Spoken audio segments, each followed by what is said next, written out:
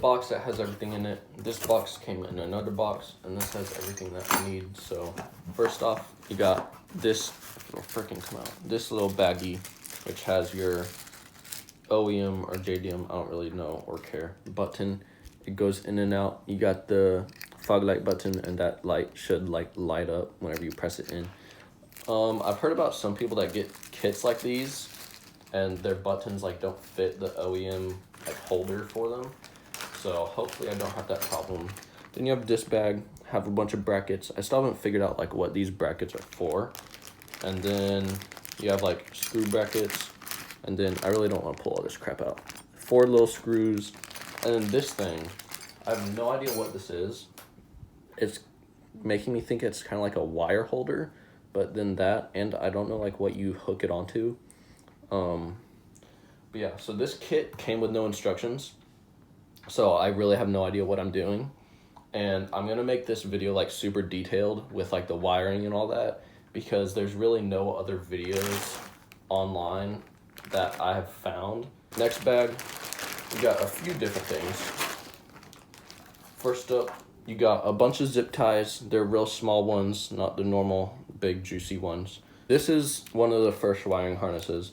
This is actually your interior wiring harness. So first you have this plug that goes into your switch itself, and then you have 3 wires. You have your ground, which is the black one with like a hook that you put your screw in, and you just put that onto any unpainted piece of metal in the car. And then you have this red wire that's actually just like exposed copper. And then this one, which is like a connector, which I'll show you where to connect all this, but I'm just explaining all the parts right now.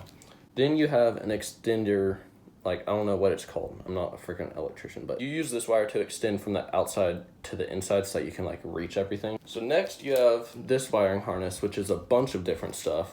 So first you have these like ports that go into the actual fog lights. And then this is all one, by the way. I'll lay it out later so you can see what all it is. But these ports, you have 2 of these, which go into the actual fog lights themselves. And then this box right here, you can see kinda, if I can get the lighting right, this is your fuse box. You don't have to connect it to anything. You just have to hook it up. You really just have to zip tie it somewhere. It does its own job. Same with this. This is your relay, which does its own job. Everything that is needed is inside. You just have to screw it down onto something so that it's out of the way. And then throughout this whole thing, you have a bunch of grounds, a bunch of wires that you need to connect like this, and a couple other grounds and wires that need to be connected. Here are the actual fog lights. You have 2 of them. I got the amber because those are more like JDM-ish, and so I think they'll look better as well, because I was gonna like tint them yellow anyways, so I just got the ones that were amber. Okay, so I'm editing this video right now, and I realized that whenever I explained all like where the wiring goes and like I laid it out on my floor, that was originally at the beginning of the video, but it's like really long and really boring, and so I kind of explained it later on. So what I did is I'm just putting that at the very end, and if you're still worried about or you just don't understand where all the wires go, just watch the whole video, and then at the very end will be where like the explanation of where all the wires go in the engine bay. So yeah. Okay, so I finished up one of them, and that's how it's looking. And just so you know, that's what the OEM like box for the light looks like. I have practically cut off the entire thing except for the top and bottom, and you can see even then I had to cut like right here. I had to cut across there so that it could actually fit through, but I cut the sides completely, that completely. So basically it's just the bottom, and you can see right there and there, and then the top. And what I did is this plastic piece is like, it comes out from the metal. And so I just screwed a couple holes on the top, put some screws in, and I did one on the bottom, kind of hard to see, but it's right there. And so this thing isn't going anywhere. It's stuck on there. And then from the front, it looks really nice. It's great fitment. There's like a tiniest bit of gap that's in there, but it'll be really hard to see that. And so what I did was on this, I already marked, if you can see on the camera, I already marked with a marker where I need to cut. So from this corner, I'm gonna be cutting right along there maybe a 1/2 inch on that. And then I'm gonna be going across the top here and then right across this like bend on that plastic, all the way across. And then what I'm gonna be doing is I go down just the tiniest bit, and then I go in right there, and then I stop right at that bend, go down, and then I'm gonna cut across right there. Then back to this corner, I'm gonna be going down, and then all the way across the bottom like that, right across that bend right there. And so I'll cut that out and show you once again. Okay, now that I got both of the fog lights in and screwed in, they're secured very nicely. They look very sexy, very nice. Now we're gonna start on the wiring, and the first thing to do is to pop this off. I went ahead and put the button in, but that's pretty self-explanatory. But what this is gonna look like is that's gonna be there. There's one screw holding it in right there, and then from there, you'll feel like you're breaking it, but you literally just yank it off, and you can see you're not hurting anything. They're just clips. And then from there, you'll have the OEM button that I put somewhere. Anyways, the OEM button, it'll look like this, and then you just pull those 2 pins and it just pops out. I already did that, and then you put your new JDM button in, and it should be clicky. If it isn't, that's not good. And then what we are gonna start on is just routing all of the wires. I got the wiring harness right here, left, right, and I'll show you once I get it all, because it's gonna be hard to record it whenever I'm actually doing it, but I'll show you afterwards. All right, so I just did a test run. All the wires work. Well, that bulb is like bad that they sent me, so I need to go get a new one. But I switched them around to test that the wires were good, and they are. So I just need a new bulb. But everything works because both sides work. So just so you can see what I did, this is too much slack, but I'm leaving it because like it's better to have slack than not to. And I can just like tuck it in the bumper. And then what I did was there was a bunch of slack, so I just zip tied like crazy. This is still the same wiring harness, and then I went up to the stock wiring harness and did that, and then this piece just kind of like pops off that is covering the hood latch, and so you can just pop that off and then put it with the OEM wiring harness. Then back out of the hood latch, the wiring harness keeps coming, and then on the other side you got the bulb, same thing, you got a bunch of slack, and this is where you have the ground wire. So you have the ground wire, and I just did it to this bolt right here, which worked just fine.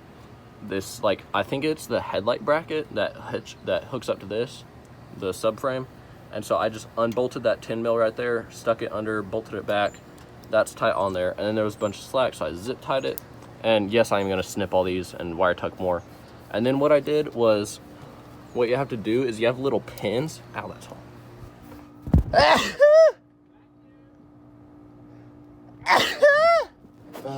Cocksuckers. And then what I did to tuck the wiring harness even more is I unlatched the air box, which is right here, and it's just these little pins that go right here, and so just get needle nose or pliers and just yank those out. And then what you can do is just kind of push it back and just like put it on the radiator to like hold itself. And then you'll see it whenever you do it yourself, but you just push it through, and there's a little opening where the stock wiring harness goes that goes underneath this and into the air box area, and it doesn't go into the air box, it's covered by this. And so it comes up from over there, and then you can kind of see it goes along there, and then whenever you put this back, I totally just broke that, but whenever you put this back, it covers the wiring, and so that's good. Yeah, that's broken. And then what I did, wiring harnesses just go around, and then these, you don't have to do anything with them, like I've said. So I just zip tied them to this wire that I have no idea what it is, that was already there. So I just zip tied that so they don't like fall or anything. And then what I did, right there you have my intake. And so this is the wire that is going to go to your battery. And so I just kind of looped that, and then I put it under there. And actually what I did was I attached it to that right here. Most people do it to the actual terminal, but this is where all the other wires are going to, and so that's why I attached it to. but what I did was I followed the stock wiring harness for the battery with this wire. And so it goes down there, wiring harness goes down there. And so I kind of tucked my red wire to go along with this. And I'll zip tie it more whenever I get to it, but that just will go there. And then this will get tucked up there. So yeah, so battery wire goes along under the intake and then onto that right there. Just unscrew that once again and then put it back on. So this is where I did things different. This yellow wire and red wire is the extension wire that will go into the interior. Most people put it through the firewall, which there's supposed to be a hole over there from what I saw, but it's different on my car. What I did was I actually just fed it through my fender. So this is that extension wire that's connected to the yellow interior wire. And then you just kind of like push it through, and it's super hollow in here. So, and next what I would do is just leave this hanging here and go ahead and install your new button. I showed you that earlier. You just take off this black piece, or that black piece. Once again, you just yank it off so that you can see underneath all of this. And then you just yank it, well, you undo that screw. So you see, you just yank it off. And then that's the green plug that goes into the button. Button, bink, boonk. And then just put those pins back on.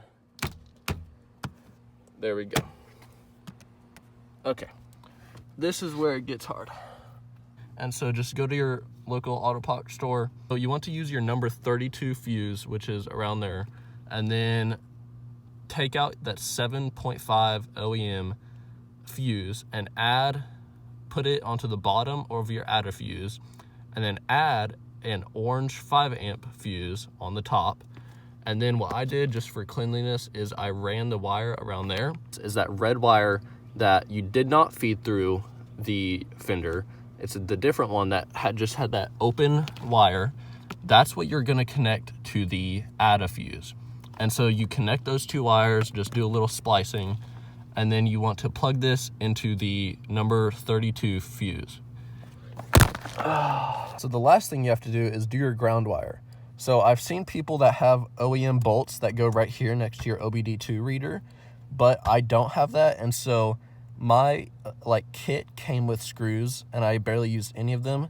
So you can see somewhere, you can see right there is where all the OEM grounds are, but obviously I can't add to that. That's all like soldered together, and I don't want to fuck with that. So I just got a new screw and I put it right there, and then put your ground in there and screwed it in.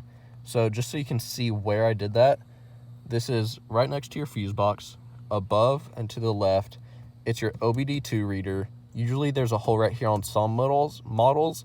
If there is, that would be easiest. On mine, there wasn't that hole right there and a screw. So I had to go right there, right above the OBD2 reader, behind a wiring harness, which was kind of a pain, but that's what I had to do, and that's the only place really that I could find that worked. All right, got it all done. The only wire you can see is this.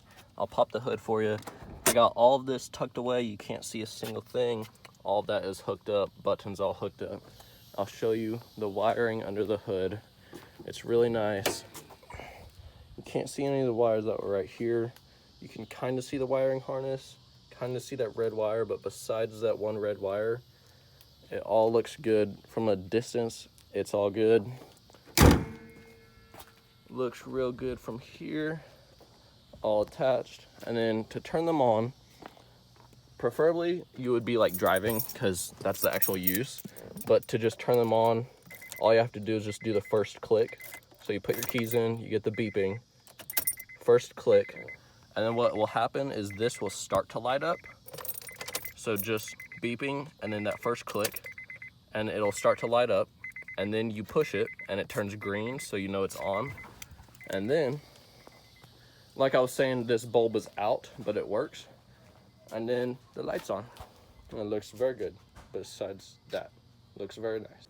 All right, so I set up the entire thing as if we were looking at my engine bay in my entire car, and it's a little bit overkill, but the reason I'm doing all this is because I have had problems personally trying to find a video that showed the entire process really good and all the wiring, and it's going to be really hard to film the actual engine bay itself.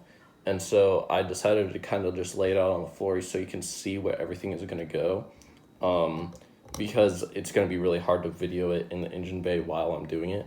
So if you can just imagine, that's my actual front bumper. I set that up as like the fake battery, and that right there is acting as my firewall. And then that's the interior. This is kind of like, well, that's the firewall. And so from here on, that's all interior, and up there's the interior switch. And so let's just start from the fog lights. I haven't installed them, and I'll show you this whole process whenever I do it, because you actually have to cut like this whole area out. So we want to start with the actual fog lights themselves, and the big wiring harness, that's the biggest one, where you have your relay and your fuse along with your negative and your ground and your two fog light plugs. So we start with that, and so you know which side goes to which. The one with the red wire that goes to your battery, the relay, and the fuse, that side of the wiring harness is going to be to your right fog light. And then the one that is just the fog light plug, a negative, or not a negative, but a ground wire, and then it turns into this wire, the yellow wire, or whatever color you have, that will be going into the interior. That is going to be on your left fog light. So I moved this just so that you could see what side goes to what fog light, but this, whenever you put it on, is going to be to the left side of the car, right next to the battery, just so that everything can be tucked away properly, because you don't have to do anything to these. These are just how they are, and you just have to zip tie them somewhere just so that they're out of the way. And so right here you have your firewall. I'll show you the little hole that we're going to be poking it through, but that's where you need your red extension wire. You can see this is just an end to an end, and that doesn't like connect to anything. It's just an extension wire. So you connect this end to the yellow interior cord or wire that you have coming from your fog lights. And so you connect that to that, push this, it's gonna be hard to do, but you push this to the little rubber grommet of the firewall, and maybe have two people, or maybe like stick it to like a pin so that you can stick it through.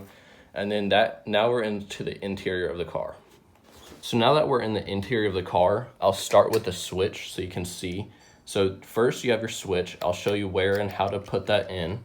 And then you'll have this green plug that goes into the switch, and there's nothing else on the wiring harness until you get to the end. I'll disconnect that extension so you can see. What you have is that interior wire, which will connect to the extension and that interior wire. And then you have just a plain exposed red cord, and then another ground wire. I'll show you where I attach that, but this yellow interior wire goes to that extension wire, which I showed you, that goes to the wire for the firewall, and then goes into the interior wire on the other side. Then I'll show you where I attach that, and then on the exposed red wire, that is where you need your add fuse and your 5 amp interior fuse, just like that.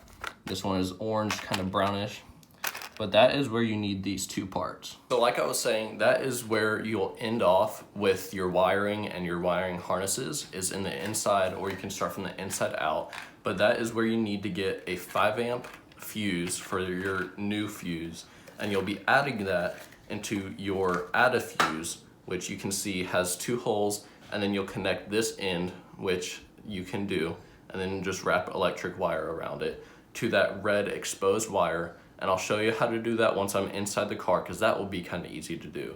But I just wanted to lay all this out and show you guys the whole wiring process before I put it into the car, because myself, I couldn't find anything on YouTube. So now that I explained the whole wiring process and where all of the different wires go and where you'll be able to tuck them, I'm going to start on the bumper and actually installing the fog lights into the bumper. And so I'll do one of them and then explain the process and show you where to cut and how much you need to cut off in order for them to fit properly.